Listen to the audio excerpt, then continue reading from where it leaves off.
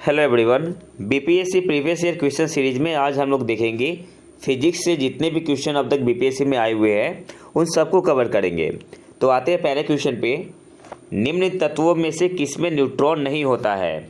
आपके पास ऑप्शन है, option A oxygen, option B है नाइट्रोजन, ऑप्शन सी है हाइड्रोजन, ऑप्शन डी है तांबा, ऑप्शन ई है उपयुक्त में से कोई नहीं है एक से अधिक। तो सही आंसर यहाँ पे क्या होगा? ऑप्शन सी आपका यहाँ पे सही आंसर होगा, हाइड्रोजन। अच्छा, हाइड्रोजन से संबंधित जितने भी क्वेश्चन आते हैं एग्जाम में उसे देख लेते हैं। हाइड्रोजन के 3 आइसोटोप होते हैं, समस्थानिक बोलते हैं हिंदी में। हाइड्रोजन के 3 आइसोटोप्स होते हैं।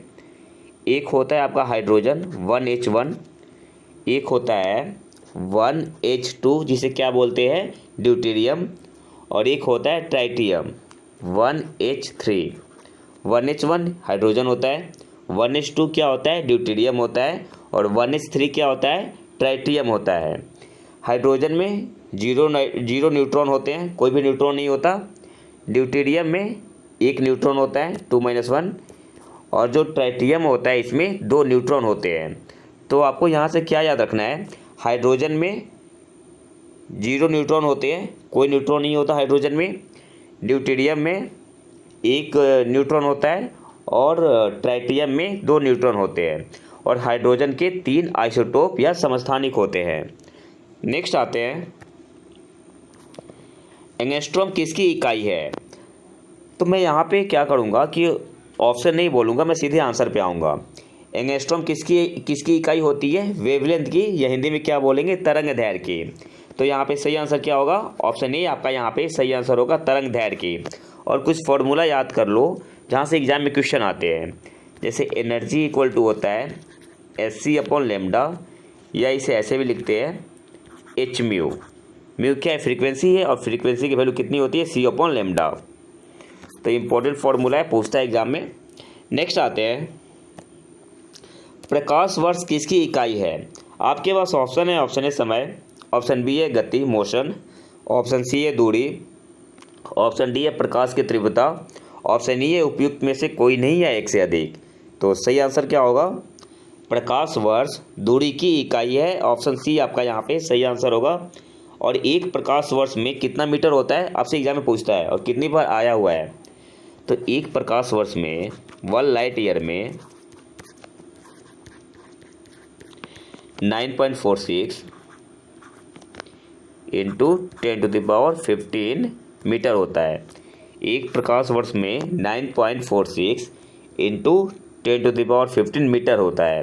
नेक्स्ट आते हैं, फ्रीक्वेंसी को किस में मेजर करते हैं? आवृत्ति को किस में मेजर करते हैं? तो हर्ट्ज में, ऐसे लिखते हैं, शॉर्ट फॉर्म में कैसे लिखते हैं, Hz। तो ऑप्शन ए आपका यहाँ पे सही आंसर होगा, आवृत्ति को हर्ट्ज में मापा जाता है। नेक्स्ट आते हैं, घड़ी में प्रयोग होने वाले क्वार्ट्ज क्रिस्टल होते हैं। तो जो घड़ी में प्रयोग होता है क्वार्ट्ज क्रिस्टल, वो किसका बना होता है? तो सही आंसर होगा ऑप्शन बी, सिलिकॉन डाइऑक्साइड का बना होता है। घड़ी में प्रयोग होने वाले क्वार्ट्ज क्रिस्टल सिलिकॉन डाइऑक्साइड होते हैं। इसे कैसे लिखते हैं? SiO2। नेक्स्ट आते हैं, विद्युत शक्ति की इकाई है। आपके पास ऑप्शन है, option A ampere, option B है वोल्ट, ऑप्शन सी है कूलम, ऑप्शन डी है वाट, ऑप्शन ई है उपयुक्त में से कोई नहीं है एक से अधिक। तो सही आंसर क्या होगा? ऑप्शन डी आपका यहाँ पे सही आंसर होगा, वाट। और इसका फॉर्मूला क्या होता है? Power equal to V/I, VI होता है। पावर का फॉर्मूला क्या होता है? विद्युत शक्ति का फॉर्मूला P = V/I। और इसे एक और फॉर्म में लिखते हैं, power equal to work per unit time, work per unit time, या हिंदी में लिखेंगे तो कार्य डिवाइडेड बाई समय। नेक्स्ट आते हैं, अच्छा, कूलम किसका होता है? चार्ज का, एम्पियर करंट का, विद्युत धारा का। नेक्स्ट आते हैं, जो विजिबल स्पेक्ट्रम होता है उसके वेवलेंथ की लिमिट क्या होती है? दृश्य स्पेक्ट्रम के तरंग दैर्घ्य की सीमा क्या है? तो कितना होता है? 3800 से 7600 एंगस्ट्रॉम के बीच। तो यहाँ पे देख लो कौन सा ऑप्शन सही होगा। तो ऑप्शन बी आपका यहाँ पे सही आंसर होगा 3900 एंगस्ट्रॉम से 7600 एंगस्ट्रॉम। दृश्य स्पेक्ट्रम के तरंग दैर्घ्य की सीमा क्या है? 3900 एंगस्ट्रॉम से 7600 एंगस्ट्रॉम। नेक्स्ट आते हैं सौर विकिरण। सौर विकिरण निम्न में से किस परास में दिखता है? आपके पास ऑप्शन है 100 से 400 नैनोमीटर, ऑप्शन बी है 400 से 700 नैनोमीटर, ऑप्शन सी है 740 से 10,000 नैनोमीटर, ऑप्शन डी है उपयुक्त में से कोई नहीं। तो सही आंसर यहाँ पे क्या होगा? ऑप्शन बी आपका यहाँ पे सही आंसर होगा 400 से 700 नैनोमीटर। नेक्स्ट आते हैं आर्द्रता किस उपकरण से नापी जाती है? तो आर्द्रता को हम लोग मेजर करते हैं हाइग्रोमीटर से। ऑप्शन बी आपका यहाँ पे सही आंसर होगा। लैक्टोमीटर से क्या मेजर करते हैं? तो दूध की शुद्धता, दूध कितना प्योर है, कितना पानी मिला हुआ है, इससे पता चल जाता है। नेक्स्ट आते हैं दाब की इकाई क्या है? तो दाब की इकाई कैसे निकालते हैं? तो सबसे पहले तो जान लो कि जो प्रेशर का एसआई मात्रक होता है, दाब का जो एसआई मात्रक होता है क्या होता है? पास्कल होता है। और यहाँ पे ऑप्शन में क्या क्या है? ऑप्शन ए न्यूटन पर वर्ग मीटर, ऑप्शन बी है न्यूटन मीटर, ऑप्शन सी है न्यूटन, ऑप्शन डी है न्यूटन पर मीटर, ऑप्शन ई है उपयुक्त में से कोई नहीं है या एक से अधिक। तो प्रेशर का फॉर्मूला क्या होता है? Force per unit area. Force का कितना होता है यूनिट? न्यूटन होता है। और एरिया का एम स्क्वायर। तो सही आंसर क्या हो जाएगा? न्यूटन पर वर्ग मीटर। ऑप्शन ए आपका यहाँ पे सही आंसर होगा। और अगर केजी और मास में दिया हुआ हो तब कितने के बराबर होता है? केजी पर मीटर के बराबर होता है। 1 पास्कल, यहाँ से कुछ इंपॉर्टेंट पॉइंट नोट कर लो। 1 पास्कल जो होता है वो किसके बराबर होता है? 1 न्यूटन पर मीटर स्क्वायर या 1 केजी पर मीटर के। ठीक है, किसकी इकाई है? प्रेशर की इकाई है दोनों। ये न्यूटन पर वर्ग मीटर के फॉर्म में है और एक होता है केजी पर मीटर, जो कि 1 पास्कल के बराबर होता है। और दाब का ऐसा ही मात्रक क्या होता है? प्रेशर का ऐसा ही मात्रक पास्कल। नेक्स्ट आते हैं दाब का मात्रक है, वही क्वेश्चन जो मैंने बताया था अभी। तो मैंने क्या बताया था? केजी पर मीटर होता है। ऑप्शन में देख लेते हैं कहाँ पे है केजी पर मीटर। तो ऑप्शन ए क्या है? किलोग्राम पर वर्ग सेंटीमीटर नहीं होगा। ऑप्शन बी क्या है? किलोग्राम पर सेंटीमीटर नहीं होगा। ऑप्शन सी है किलोग्राम पर मिलीमीटर। ऑप्शन सी भी नहीं होगा। ऑप्शन डी क्या है? किलोग्राम पर घन सेंटीमीटर। ऑप्शन डी भी नहीं होगा। तो सही आंसर क्या होगा? ऑप्शन ई उपयुक्त में से कोई नहीं है एक से अधिक, क्योंकि आंसर सही क्या हो गया? सही आंसर क्या होगा? केजी पर मीटर। नेक्स्ट आते हैं निम्नलिखित में से कौन सी अदिश राशि है? तो देखो, दो तरीके की होती है ना, एक तो वेक्टर होता है और दूसरा स्केलर होता है। वेक्टर जिसे हिंदी में क्या बोलते हैं? सदिश राशि। और स्केलर अदिश राशि। तो वेक्टर में क्या होता है? मैग्नीट्यूड के साथ साथ डायरेक्शन भी होता है, लेकिन स्केलर में मैग्नीट्यूड तो होगा बट डायरेक्शन नहीं होगा। तो यहाँ पे फोर्स क्या है? फोर्स वेक्टर होता है, फोर्स में डायरेक्शन भी होता है और उसमें मैग्नीट्यूड भी होता है। बी क्या है? दाब। तो सही आंसर यहाँ पे क्या होगा? ऑप्शन बी आपका यहाँ पे सही आंसर होगा, दाब। फोर्स क्या है? वेक्टर क्वांटिटी है। वेलोसिटी भी वेक्टर क्वांटिटी है। एक्सेलरेशन या त्वरण भी वेक्टर क्वांटिटी है। तो सही आंसर यहाँ पे क्या हो जाएगा? ऑप्शन बी आपका यहाँ पे सही आंसर होगा। नेक्स्ट आते हैं निम्नलिखित में से किस राशि का मात्रक नहीं है? आपके पास ऑप्शन है, ऑप्शन ए प्रतिबल, ऑप्शन बी है बल, ऑप्शन डी है दाब, ऑप्शन सी है विकृति, ऑप्शन ई है उपयुक्त में से कोई नहीं है एक से अधिक। तो प्रतिबल में भी होता है मात्रक, फोर्स का भी होता है न्यूटन, दाब का भी होता है न्यूटन पर मीटर स्क्वायर, लेकिन डिफॉर्मेशन या विकृति का कोई मात्रक नहीं होता। तो ऑप्शन सी आपका यहाँ पे सही आंसर होगा, विकृति। नेक्स्ट आते हैं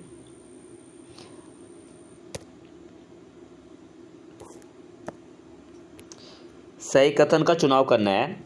पहला है लाल प्रकाश का तरंग दैर्घ्य बैंगनी प्रकाश से कम है।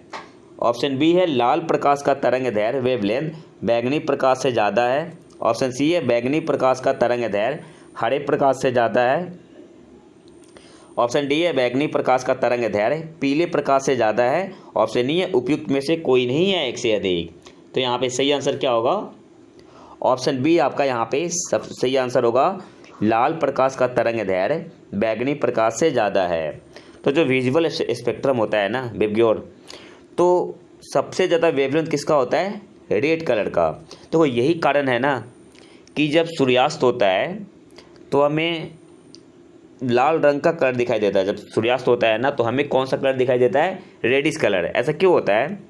तो लाल प्रकाश का जो वेवलेंथ होता है ना वो क्या होता है? सबसे ज़्यादा होता है। और जो स्कैटरिंग होता है, प्रकीर्णन, स्कैटरिंग जो होता है इन्वर्सली प्रोपोर्शनल टू λ⁴ होता है। तो सबसे ज़्यादा वेवलेंथ जिसका होगा उसका स्कैटरिंग सबसे कम होगा। तो यही कारण है कि लाल प्रकाश दूर से ही दिखाई देती है, इसीलिए डेंजर में भी यही यूज करते हैं रेड कलर को। तो यहाँ पे सही आंसर क्या होगा? ऑप्शन बी आपका यहाँ पे सही आंसर होगा। लाल प्रकाश का तरंग दैर्घ्य बैगनी प्रकाश से ज़्यादा है। नेक्स्ट आते हैं, एक परमाणु के केंद्र का धनावेशित हिस्सा क्या कहलाता है? तो उसे क्या बोलते हैं? न्यूक्लियस। एक परमाणु के केंद्र का धनावेशित हिस्सा क्या कहलाता है? न्यूक्लियस कहलाता है। ऑप्शन डी आपका यहाँ पे सही आंसर होगा। इसमें प्रोटॉन और न्यूट्रॉन होते हैं। न्यूट्रॉन पे तो कोई चार्ज नहीं होता, लेकिन प्रोटॉन पे क्या होता है? पॉजिटिव चार्ज होता है और इलेक्ट्रॉन पे नेगेटिव चार्ज होता है। नेक्स्ट आते हैं, एक ठोस के सीधे गैस में परिवर्तन को क्या कहते हैं? आपके पास ऑप्शन है। ऑप्शन ए सब्लिमेशन ऊर्ध्वपातन, ऑप्शन बी है संघनन, ऑप्शन सी है वाष्पन, ऑप्शन डी है उबलना, ऑप्शन ई है उपयुक्त में से कोई नहीं है एक से अधिक। तो सही आंसर क्या होगा? ऑप्शन ए आपका यहाँ पे सही आंसर होगा, ऊर्ध्वपातन। मतलब कोई सॉलिड है और डायरेक्टली कन्वर्ट किस में हो जाए? गैस में, तो क्या होता है? सब्लिमेशन बोलते हैं, या हिंदी में क्या बोलेंगे? ऊर्ध्वपातन। ऊर्ध्वपातन। अच्छा, यहाँ से एक इंपॉर्टेंट क्वेश्चन बनता है। अगर मैं आपसे पूछूं कि ये कौन सा प्रोसेस है, एक्सोथर्मिक या एंडोथर्मिक? जब सॉलिड से गैस में चेंज होता है तो ये प्रोसेस कौन सा होता है? एक्सोथर्मिक प्रोसेस होता है या एंडोथर्मिक प्रोसेस होता है? तो आपका आंसर क्या होगा? एंडोथर्मिक प्रोसेस होता है। कौन सा प्रोसेस होता है? एंडोथर्मिक। नेक्स्ट आते हैं, कॉस्मिक किरणें क्या है? तो कॉस्मिक किरणें क्या होती है? आवेशित कण है। ऑप्शन ए आपका यहाँ पे सही आंसर होगा। जो कॉस्मिक रे होता है वो क्या होता है? चार्ज पार्टिकल होता है। ऑप्शन ए आपका यहाँ पे सही आंसर होगा। ऑप्शन ए आवेशित कण है। नेक्स्ट आते हैं, 2G स्पेक्ट्रम में अक्षर जी किस शब्द के लिए प्रयुक्त है? आपके पास ऑप्शन है। Option A global, option B है गवर्नमेंट, ऑप्शन सी है जनरेशन, ऑप्शन डी है गूगल। तो सही आंसर क्या होगा? ऑप्शन सी आपका यहाँ पे सही आंसर होगा, जनरेशन। नेक्स्ट आते हैं, रडार का आविष्कारक कौन था? आपके पास ऑप्शन है। Option A Robert Watson, option B है फ्लेमिंग, ऑप्शन सी है बुशवाल, ऑप्शन डी है ऑस्टिन। तो रडार का आविष्कार किसने किया था? रॉबर्ट वाटसन ने। ऑप्शन ए आपका यहाँ पे सही आंसर होगा।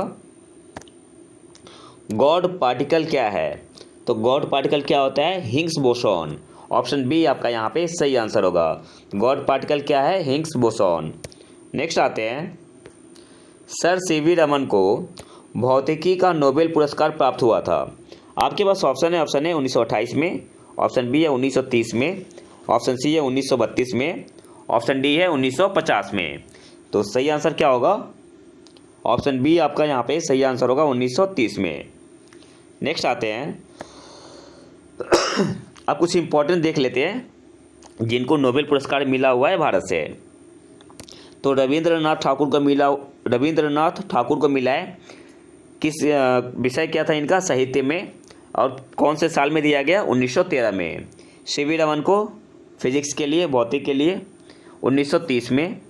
हरगोविंद खुराना को चिकित्सा के क्षेत्र में 1968 में मिला इन्हें। सुब्रमण्यम चंद्रशेखर, इनको भौतिकी के लिए मिला है 1983 में। मदर टेरेसा, इनको शांति के लिए मिला है 1979 में, 79 में। अमर्त्य सेन को मिला है अर्थशास्त्र में 1998 में। कैलाश सत्यार्थी, इनको शांति के लिए मिला है 2014 में, फिर वी रामकृष्णन, इनको रसायन के क्षेत्र में मिला है 2009 में, और अभिजीत बनर्जी, इनको अर्थशास्त्र में मिला है 2019 में। नेक्स्ट आते हैं, टेलीस्कोप की खोज किस वैज्ञानिक ने की थी? आपके पास ऑप्शन है, option A Newton, option B है जेम्स वाट, ऑप्शन डी है हम्फ्री डेवी, ऑप्शन डी है गैलीलियो। तो सही आंसर क्या होगा? ऑप्शन डी आपका यहाँ पे सही आंसर होगा, गैलीलियो। नेक्स्ट आते हैं, सदी की शुरुआत में हवाई जहाज़ का आविष्कार किसने किया था? आपको सिंपली बताना है कि हवाई जहाज़ का आविष्कार किसने किया। तो ये तो क्या सबको पता होगा, राइट ब्रदर्स ने किया था। ऑप्शन ए आपका यहाँ पे सही आंसर होगा। नेक्स्ट आते हैं, 1 माइक्रोन किसके बराबर होता है? तो 1 माइक्रोन जो होता है वो किसके बराबर होता है? 10⁻³ mm के बराबर। इसे ऐसे भी लिख सकते हैं 1/1000 mm। तो कौन सा आंसर सही होगा? ऑप्शन सी आपका यहाँ पे सही आंसर होगा, 1/1000 mm। नेक्स्ट आते हैं, 40 डिग्री सेल्सियस का मान फ़ारेनहाइट स्केल में कितना होगा? तो एक फॉर्मूला याद कर लो, सिंपल सा है। F = क्या होता है? 9/5C + 32। तो यहाँ पे सेल्सियस में वैल्यू दी हुई है 40, तो यहाँ पे वैल्यू पुट कर दो, 9/5 × 40 + 32, 5 8 × 40 कितना हो गया? 72 + 32, ये आपका हो जाएगा 104 डिग्री फ़ारेनहाइट में। तो ऑप्शन ए आपका यहाँ पे सही आंसर होगा। तो इस फॉर्मूला को आप याद रख लो, इसको नोट कर लो। F = 9/5C + 32। अगर यहाँ पे फ़ारेनहाइट में दिया हो तो यहाँ पे वैल्यू पुट करो, सेल्सियस में निकल जाएगा आंसर। नेक्स्ट आते हैं, क्रोमेटोग्राफी की तकनीक का प्रयोग कहाँ होता है? तो क्रोमेटोग्राफी का तकनीक का प्रयोग हम कहाँ यूज करते हैं? एक मिश्रण से पदार्थों को अलग करने में। ऑप्शन डी आपका यहाँ पे सही आंसर होगा। क्रोमेटोग्राफी तकनीक का प्रयोग होता है एक मिश्रण से पदार्थों को अलग करने में। नेक्स्ट आते हैं, लोलक की कालावधि टाइम पीरियड किस पे डिपेंड करता है? आपके पास ऑप्शन है, ऑप्शन ए द्रव्यमान के ऊपर निर्भर करती है, ऑप्शन बी है लंबाई के ऊपर निर्भर करती है, ऑप्शन सी है समय के ऊपर निर्भर करती है, ऑप्शन डी है तापक्रम के ऊपर निर्भर करती है। तो सही आंसर क्या होगा? तो टाइम पीरियड का फॉर्मूला क्या होता है? 2π√L/G। तो देखो ऐसे अगर टेक्निकली देखा जाए ना, मतलब काफ़ी डीप में, फिजिक्स के डीप में देखा जाए तो लंबाई पे डिपेंड करेगी और तापक्रम पे भी डिपेंड करेगी। क्यों? क्योंकि जब टेम्परेचर बढ़ता है तो लेंथ पे भी इफेक्ट डालता है। लेकिन जो सबसे सटीक आंसर होगा ना, वो आंसर यहाँ पे क्या होगा?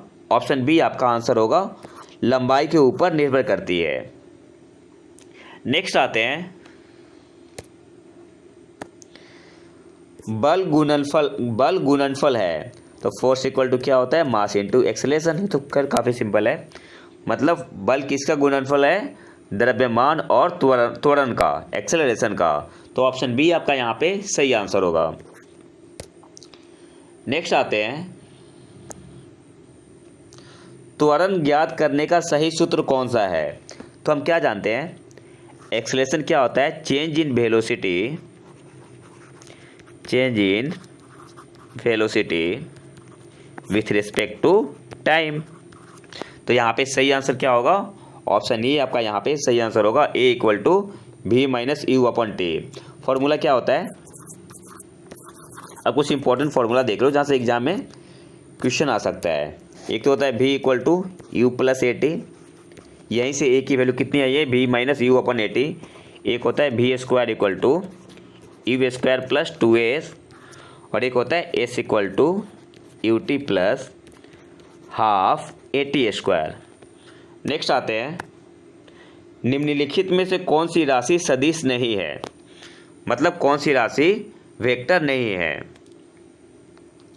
नेक्स्ट आते हैं, सॉरी ऑप्शन है आपके पास, ऑप्शन ए डिस्प्लेसमेंट विस्थापन, ऑप्शन बी है वेग, ऑप्शन सी है बल, ऑप्शन डी है आयतन।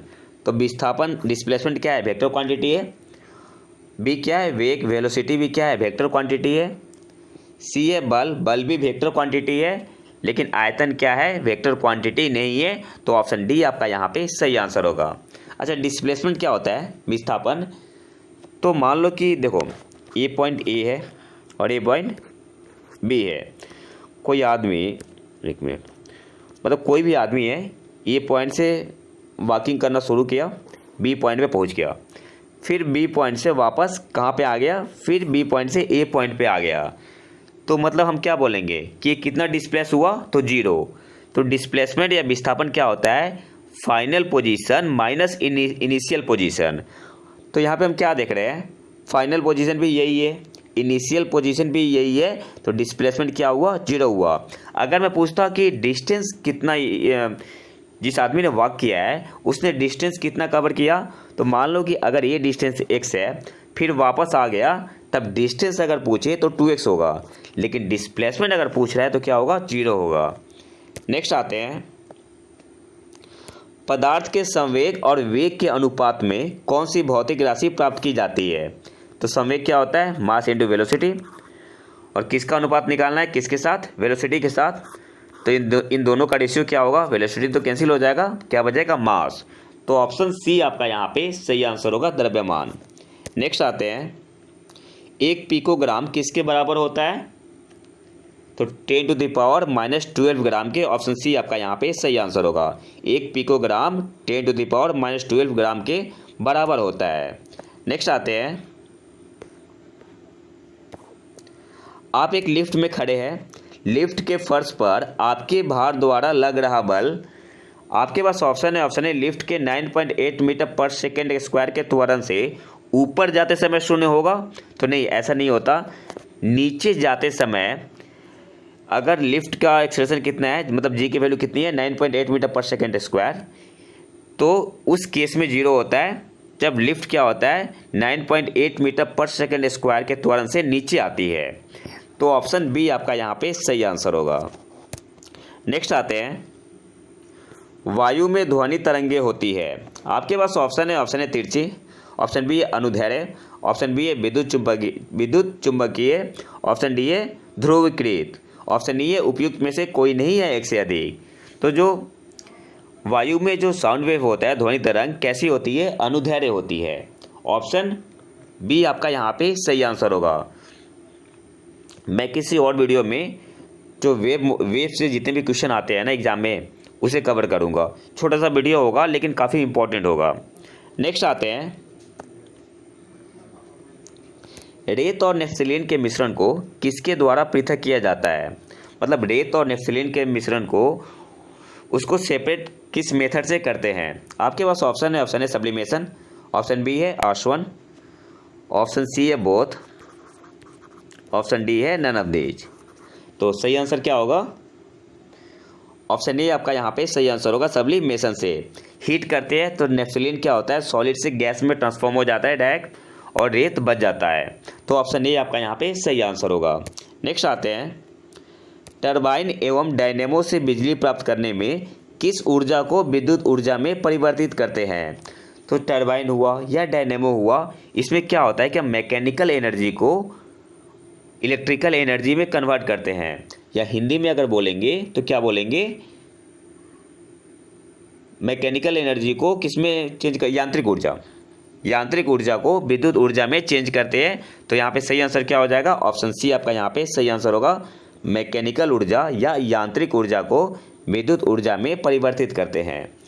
नेक्स्ट आते हैं, और अगर यहीं पे मोटर होता तो केस क्या होता है, रिवर्स होता है। उसमें क्या करते हैं, इलेक्ट्रिकल एनर्जी को मैकेनिकल एनर्जी में कन्वर्ट करते हैं। 100 वाट का बिजली का बल्ब यदि 10 घंटे जले तो बिजली का खर्च कितना होगा। तो एक यूनिट में क्या होता है, खर्च यूनिट में आता है ना, तो 1 यूनिट इक्वल टू होता है 1 किलोवाट आवर। तो यहाँ पे देखो, सबसे पहले तो 100 वाट है, तो मल्टीप्लाई करो 100 इंटू, और कितना है, 10 घंटे है ना, 10, तो इसका मतलब क्या हुआ, 1000 वाट आवर हो गया। और हमें किस में निकालना होता है यूनिट, किलोवाट में। तो 1000 वाट इक्वल टू क्या होता है, 1 किलो। इसका मतलब क्या हुआ, 1 यूनिट यूज हो रहा है। तो ऑप्शन बी आपका यहाँ पे सही आंसर होगा। ठीक है, सिंपली क्या यूनिट जो खर्च निकलता है यूनिट में कि कितनी यूनिट बिजली आई हुई है और किस में मेजर करते हैं, किलोवाट आवर में। तो 1 यूनिट में कितना होता है, 1 किलोवाट आवर या 1000 वाट आवर। ठीक है, जब किलो को चेंज करेंगे वाट में तो क्या करेंगे, 1 किलोवाट लिख सकते हैं या 1000 वाट लिख सकते हैं। तो किसके बराबर है, 1 यूनिट के बराबर होता है ना। तो ऑप्शन बी आपका यहाँ पे सही आंसर होगा, 1 इकाई या 1 यूनिट। नेक्स्ट आते हैं, 2 समानांतर प्रतिरोध वाले सर्किट का कुल प्रतिरोध 1.403 किलो ओम है। यदि एक प्रतिरोधक का मान 2.0 या 2 किलो ओम है तो दूसरे प्रतिरोधक का मान क्या होगा। तो सिंपल सा क्वेश्चन है, बस थोड़ा सा कैलकुलेटिव है। जब दो के रेजिस्टेंस पैरेलल में हो, मान लो कि R1 है और ये R2 है, तो उसका इक्विवेलेंट कितना होता है, 1/R equal to 1/R1 plus 1/R2।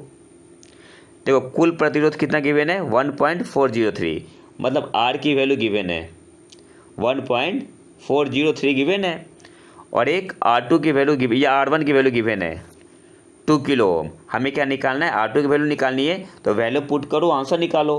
तो यहाँ पे सही आंसर क्या होगा, ऑप्शन डी आपका यहाँ पे सही आंसर होगा। सॉल्व करोगे तो आपका आंसर आएगा 4.70 किलो ओम। नेक्स्ट आते हैं, अच्छा यहीं पे अगर सीरीज होता फिर क्वेश्चन और आसान होता। जब रेजिस्टेंस सीरीज में कनेक्ट हो तो R इक्विवेलेंट कितना होता है, मान लो इसका R1 है, इसका R2 है, तो जो R इक्विवेलेंट होता है वो क्या होता है, R1 plus R2। Parallel case में क्या होता है, 1/R equal to 1/R1 plus 1/R2, और इस केस में ऐड कर देते हैं सीधे। नेक्स्ट आते हैं, एक सामान्य शुष्क सेल में विद्युत अपघट्य होता है तो क्या होता है, अमोनियम क्लोराइड होता है। सही आंसर क्या होगा, ऑप्शन सी आपका यहाँ पे सही आंसर होगा। अमोनियम क्लोराइड या जिंक क्लोराइड होता है, तो यहाँ पे ऑप्शन क्या है, अमोनियम क्लोराइड। तो सही आंसर होगा ऑप्शन सी। नेक्स्ट आते हैं, विद्युत धारा निम्न में से किस उपकरण से नापी जाती है। तो विद्युत धारा को किससे मेजर करते हैं, एमीटर से। ऑप्शन बी आपका यहाँ पे सही आंसर होगा। नेक्स्ट आते हैं, प्रकाश में 7 रंग होते हैं, रंगों को अलग करने का क्या तरीका है। तो प्रिज्म की सहायता से हम लोग क्या करते हैं, रंगों को अलग करते हैं। तो ऑप्शन ए आपका यहाँ पे सही आंसर होगा, एक प्रिज्म से रंगों को अलग किया जा सकता है। नेक्स्ट आते हैं, यदि किसी ऐनक के लेंसों की शक्ति +2 डायोप्टर हो तो इसकी फोकस दूरी क्या होगी। तो कैसे निकालते हैं, तो पावर का फॉर्मूला क्या होता है, 1/f। एफ क्या है, फोकल लेंथ है या फोकस दूरी है, और ये मीटर में होता है। ठीक है, तो हमें क्या निकालना है, पावर तो गिवन है ना, +2 डायोप्टर। तो एफ की वैल्यू कितनी हो जाएगी, 1/p, मतलब 1/2 इक्वल टू 1/2 को क्या लिख सकते हैं, 0.5 मीटर, क्योंकि फोकल लेंथ मीटर में होता है, 0.5 मीटर। लेकिन आंसर किस में दिया हुआ है, सेंटीमीटर में। तो 0.5 को क्या करेंगे, 100 से मल्टीप्लाई कर देंगे, तो हमारा आंसर क्या होगा, 50 सेंटीमीटर। सो करेक्ट आंसर क्या हो जाएगा, ऑप्शन सी आपका यहाँ पे सही आंसर हो जाएगा, 50 सेंटीमीटर। नेक्स्ट क्वेश्चन पे आते हैं, चुंबकीय सुई किस तरफ संकेत करती है। आपके पास ऑप्शन है पूर्व, ऑप्शन बी है पश्चिम, ऑप्शन सी है उत्तर, ऑप्शन डी है आकाश। तो सही आंसर क्या होगा, ऑप्शन सी आपका यहाँ पे सही आंसर होगा, उत्तर। नेक्स्ट आते हैं, ये तो हो गया है ना चुंबकीय सुई। नेक्स्ट आते हैं, श्वेत प्रकाश को नली में कैसे पैदा करते हैं। आपके पास ऑप्शन है तांबे के तार को गर्म करके, ऑप्शन बी है तंतु को गर्म करके, ऑप्शन सी है परमाणु को उत्तेजित करके, ऑप्शन डी है अणुओं को दोलित करके। तो सही आंसर क्या होगा, ऑप्शन बी आपका यहाँ पे सही आंसर होगा, तंतु को गर्म करके। नेक्स्ट आते हैं, आइंस्टीन को नोबेल प्राइज़ किस कार्य पर मिला था। तो आइंस्टीन को जो नोबेल प्राइज़ मिला था किस कार्य पे मिला था? प्रकाश विद्युत प्रभाव के कार्य पर। तो ऑप्शन डी आपका यहाँ पे सही आंसर होगा, प्रकाश विद्युत प्रभाव के लिए मिला था उन्हें नोबेल प्राइज। नेक्स्ट आते हैं,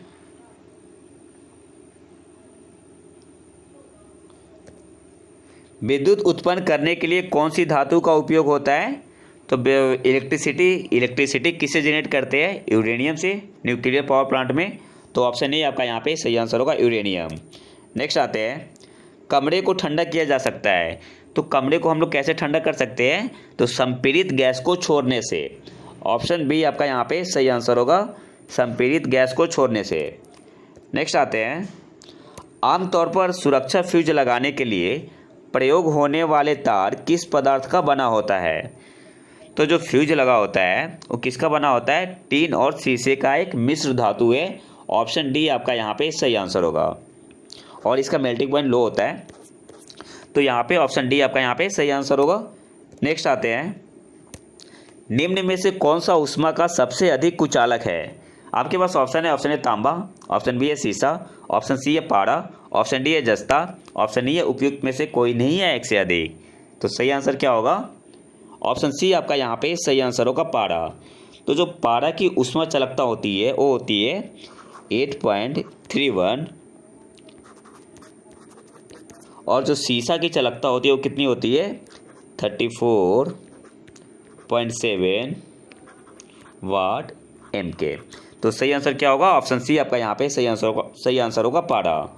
नेक्स्ट आते हैं, अतिचालक का लक्षण है। आपके पास ऑप्शन है, ऑप्शन ए हाई परमिएबिलिटी, हिंदी में क्या बोलते हैं? उच्च पारगम्यता। ऑप्शन बी है निम्न पारगम्यता, ऑप्शन सी है शून्य पारगम्यता, ऑप्शन डी है अनंत पारगम्यता। तो सही आंसर क्या होगा यहाँ पे? ऑप्शन सी आपका यहाँ पे सही आंसर होगा, शून्य पारगम्यता। करेक्ट आंसर यहाँ पे क्या हो जाएगा? Option C. नेक्स्ट आते हैं, गर्म करने पर एक अर्धचालक का प्रतिरोध क्या होता है? जब हम लोग सेमीकंडक्टर को गर्म करते हैं तो उसका रेजिस्टेंस क्या होता है? डिक्रीज करता है। ऑप्शन बी आपका यहाँ पे सही आंसर होगा। करेक्ट आंसर क्या हो जाएगा? Option B. नेक्स्ट आते हैं, ठंडा के दिनों में लोहे के गुटकों और लकड़ी के गुटकों को प्रातःकाल छुए तो लोहे का गुटका ठंडा लगता है। ऐसा क्यों होता है? तो जो लकड़ी की तुलना में लोहा ऊष्मा का अच्छा चालक होता है। तो ऑप्शन बी आपका यहाँ पे सही आंसर होगा। कॉन्सेप्ट बेस्ड क्वेश्चन है। नेक्स्ट आते हैं, कमरे में रखा रेफ्रिजरेटर का दरवाज़ा खोलकर, जब हम लोग रेफ्रिजरेटर का दरवाज़ा खोलते हैं ना, तो जो कमरे का तापमान होता है वो कम नहीं होता, क्या होता है? इंक्रीज हो जाता है। तो सही आंसर क्या होगा? ऑप्शन सी आपका यहाँ पे सही आंसर होगा, आप अंततः कमरे को थोड़ा गर्म कर सकते हैं। नेक्स्ट आते हैं, दो उत्तरोत्तर श्रृंग अथवा दो उत्तरोत्तर गर्त के बीच की दूरी को क्या कहते हैं? मान लो कि कोई वेव चल रहा है, ठीक है, ऐसा कोई वेव चल रहा है, एग्जैक्ट अच्छे से नहीं बना है, तो इन दोनों के बीच की दूरी को क्या कहते हैं? वेवलेंथ कहते हैं। तो श्रृंग के दो कॉन्सिक्यूटिव श्रृंग के बीच की दूरी को वेवलेंथ कहते हैं, या जो गर्त होता है ना, इन दोनों के बीच की दूरी को क्या कहेंगे? उनको वेवलेंथ कहेंगे। ठीक है, दो उत्तरोत्तर श्रृंग अथवा दो उत्तरोत्तर गर्त के बीच की दूरी को क्या कहते हैं? वेवलेंथ कहते हैं। तो सही आंसर क्या होगा? ऑप्शन बी आपका यहाँ पे सही आंसर होगा, तरंगदैर्घ्य। नेक्स्ट आते हैं,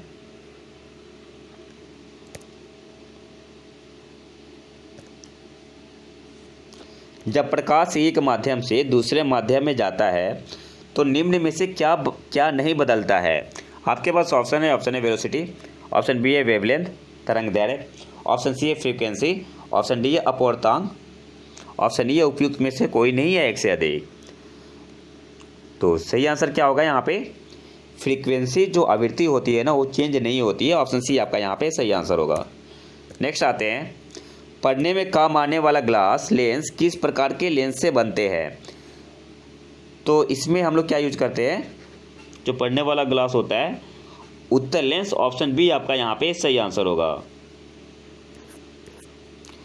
नेक्स्ट आते हैं, देखो पढ़ने में काम आने वाला क्या हुआ, मतलब हुआ कि नज़दीक का दिखाई नहीं दे रहा है, तो उसके लिए हम लोग उत्तल लेंस यूज करते हैं।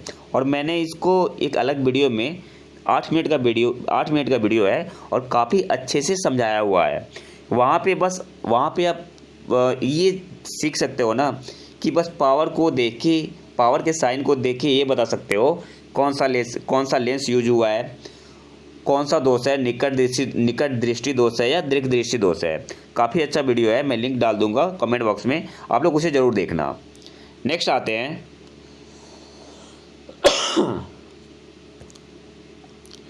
ध्वनि का वायु में वेग अप्रोक्सीमेट कितना होता है, अनुमानतः तो कितना होता है। ऑप्शन बी आपका यहाँ पे सही आंसर होगा 330 मीटर पर सेकेंड। एक्चुअली होता तो है 333 मीटर पर सेकेंड, तो यहाँ पे सही आंसर क्या हो जाएगा, ऑप्शन बी आपका यहाँ पे सही आंसर होगा 330 मीटर पर सेकेंड।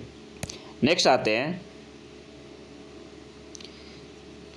प्रकाश विकिरणों की प्रकृति होती है, तो जो लाइट वेव्स होता है वो क्या होता है, वेव नेचर भी होता है और पार्टिकल नेचर भी होता है। ऑप्शन सी आपका यहाँ पे सही आंसर होगा, ऑप्शन सी आपका यहाँ पे सही आंसर होगा, तरंग एवं कण दोनों के समान। नेक्स्ट आते हैं, आकाश नीला लगता है, तो देखो यहाँ पे इस टाइप के क्वेश्चन जहाँ पे मिले ना, जहाँ पे केवल सिंगल कलर की बात हो रही हो, जैसे नीला, ब्लू, लाल, तो वहाँ पे एक कॉन्सेप्ट लगाना कि कहीं ना कहीं प्रकीर्णन का, स्कैटरिंग का केस होगा। तो ऑप्शन बी पे आते हैं, तो लघु तरंग दीर्घ तरंगों की अपेक्षा वायुमंडल द्वारा अधिक प्रकीर्ण होती है, मतलब स्कैटरिंग इसकी ज़्यादा होती है, तो ऑप्शन बी आपका यहाँ पे सही आंसर होगा। नेक्स्ट आते हैं, पानी का जो डेंसिटी होता है, घनत्व, किस टेम्परेचर पे मैक्सिमम होता है, तो ऑप्शन बी आपका यहाँ पे सही आंसर होगा 4 डिग्री सेल्सियस पे। नेक्स्ट आते हैं, 50 डिग्री सेल्सियस का मान फ़ारेनहाइट स्केल में कितना होगा, तो मैंने अभी थोड़ी देर पहले बताया था F = 9/5C + 32, वैल्यू पुट करोगे कितना आएगा, यहाँ पे 9/5, C कितना है 50 है ना, तो 9/5 × 50 + 32, तो 90 + 90 और 32 को ऐड कर दो तो 122 डिग्री आएगा, 122 डिग्री फ़ारेनहाइट, तो ऑप्शन बी आपका यहाँ पे सही आंसर होगा। नेक्स्ट आते हैं, वर्षा की बूंद की गोलाकार आकृति का कारण क्या है, तो सरफेस टेंशन की वजह से होता है, ऑप्शन बी आपका यहाँ पे सही आंसर होगा। नेक्स्ट आते हैं, सबसे ज़्यादा श्यानता किस में होती है, तो शहद में सबसे ज़्यादा श्यानता होती है, ऑप्शन डी आपका यहाँ पे सही आंसर होगा। सबसे ज़्यादा शहद में होती है, फिर इसके बाद खून की होती है, फिर जल और फिर वायु। नेक्स्ट आते हैं, महासागर में ऊंची जल तरंगें कैसे आती है, तो ऑप्शन डी आपका यहाँ पे सही आंसर होगा, चंद्रमा से। चंद्रमा के ग्रेविटेशन का क्या होता है, परिणाम होता है, तो ऑप्शन डी आपका यहाँ पे सही आंसर होगा, चंद्रमा से। नेक्स्ट आते हैं, जब एक पत्थर को चांद की सतह से पृथ्वी पर लाया जाता है तो क्या क्या चेंज होगा, तो देखो पहले तो 2 कॉन्सेप्ट जान लो, मास और भार। भार क्या होता है, वेट = क्या होता है mg, और m क्या है, मास है, क्या बोलते हैं, मास है या द्रव्यमान है।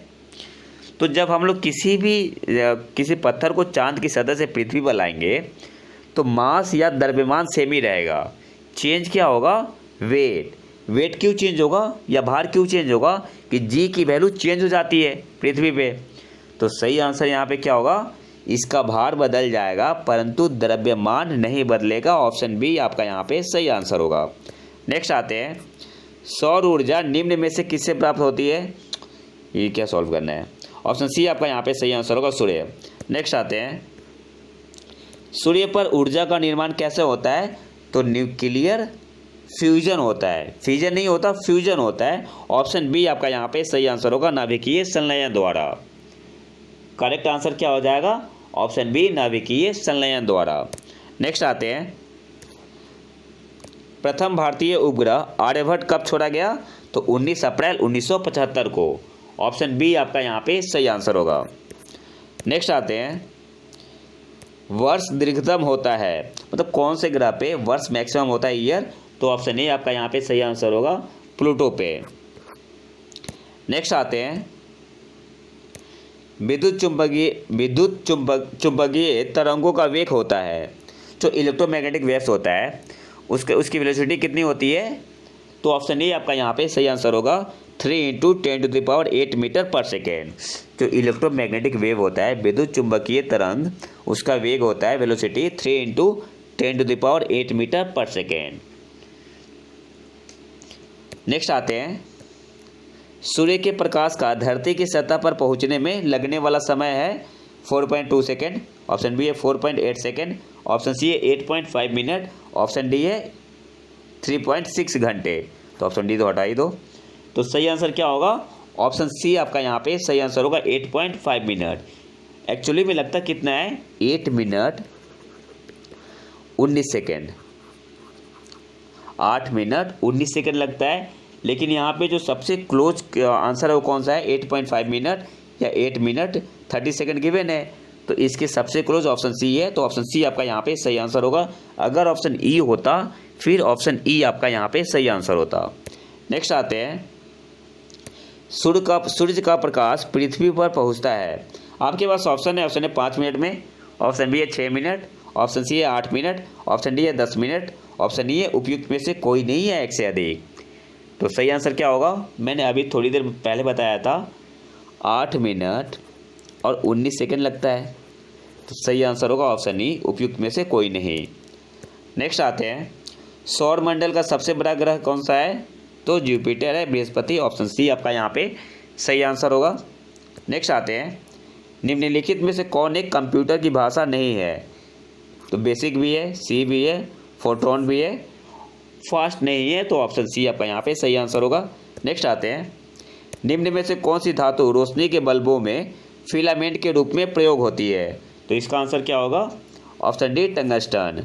नेक्स्ट आते हैं, निम्न में से कौन सी धातु अर्धचालक के रूप में ट्रांजिस्टर में प्रयोग होती है, यहाँ बस दो ही ऑप्शन है, तांबा और जर्मेनियम, तो सही आंसर क्या होगा, ऑप्शन बी जर्मेनियम। नेक्स्ट आते हैं, परमाणु नाभिक के अवयव है, अच्छा एटॉम के न्यूक्लियस में क्या होता है, तो प्रोटॉन होता है और न्यूट्रॉन होता है, और इलेक्ट्रॉन तो चारों तरफ घूमती है, तो ऑप्शन सी आपका यहाँ पे सही आंसर होगा, प्रोटॉन और न्यूट्रॉन। नेक्स्ट आते हैं, परमाणु बम का सिद्धांत आधारित है, तो परमाणु बम में क्या होता है, न्यूक्लियर फिजन होता है, नाभिकीय विखंडन होता है, तो ऑप्शन बी आपका यहाँ पे सही आंसर होगा, नाभिकीय विखंडन पर। नेक्स्ट आते हैं, वायु में कौन सी नोबेल गैस नहीं होती, तो वायु में हीलियम होती है, नियॉन भी होती है, आर्गन भी होती है, रेडॉन वायु में नहीं पाई जाती, तो ऑप्शन डी आपका यहाँ पे सही आंसर होगा। नेक्स्ट आते हैं, बिजली की खपत का बिल किसके मापन पर आधारित होता है, आपके पास ऑप्शन है वाट, वाट, हाँ किस पे डिपेंड करता है, तो वाट पे, वोल्टेज पे, लोहा पे और एम्पियर पे। यहाँ पे ऑप्शन है केवल 1, ऑप्शन बी है 1 और 2, ऑप्शन सी है 2 और 3, ऑप्शन डी है 1 और 4। तो जो खपत का बिल होता है वो किस पे डिपेंड करता है, आपने कितना पावर यूज किया, तो यहाँ पे केवल वाट पे डिपेंड करेगा, तो सही आंसर यहाँ पे क्या हो जाएगा, ऑप्शन ए आपका यहाँ पे सही आंसर होगा, केवल 1। नेक्स्ट आते हैं, निम्नलिखित में सबसे भारी धातु कौन सी है, तो सबसे भारी धातु यूरेनियम है, ऑप्शन बी आपका यहाँ पे सही आंसर होगा। इसका परमाणु क्या बोलते हैं, परमाणु संख्या कितना होता है यूरेनियम का 92, और परमाणु भार या एटॉमिक भार कितना होता है, तो 238.008। नेक्स्ट आते हैं, इनसैट 2A कब छोड़ा गया, आपके पास ऑप्शन है 4 फरवरी 1975, ऑप्शन बी 18 मई 1974, ऑप्शन सी है 10 जुलाई 1992, ऑप्शन डी है 19 अप्रैल 1975। तो सही आंसर क्या होगा, ऑप्शन सी आपका यहाँ पे सही आंसर होगा, 10 जुलाई 1992। अब देखो इस क्वेश्चन से क्या सीखने को मिल रहा है, पेपर कब का पूछा हुआ है 1992-93। इनसैट 2A कब छोड़ा गया, 1992 में। इसका मतलब क्या है कि जो इस बार का पेपर होगा 67 बीपीएससी, तो इसरो ने जितने भी सैटेलाइट लॉन्च किए हैं 2020 और 2021 दोनों में इम्पोर्टेंट, उससे आपको देख के जाना होगा। तो ये तो था हमारा आज का लेक्चर। अगर वीडियो पसंद है तो लाइक करें और चैनल को सब्सक्राइब जरूर कर लें। मिलते हैं नए वीडियो में नए टॉपिक के साथ, तब तक के लिए नमस्कार, जय हिंद।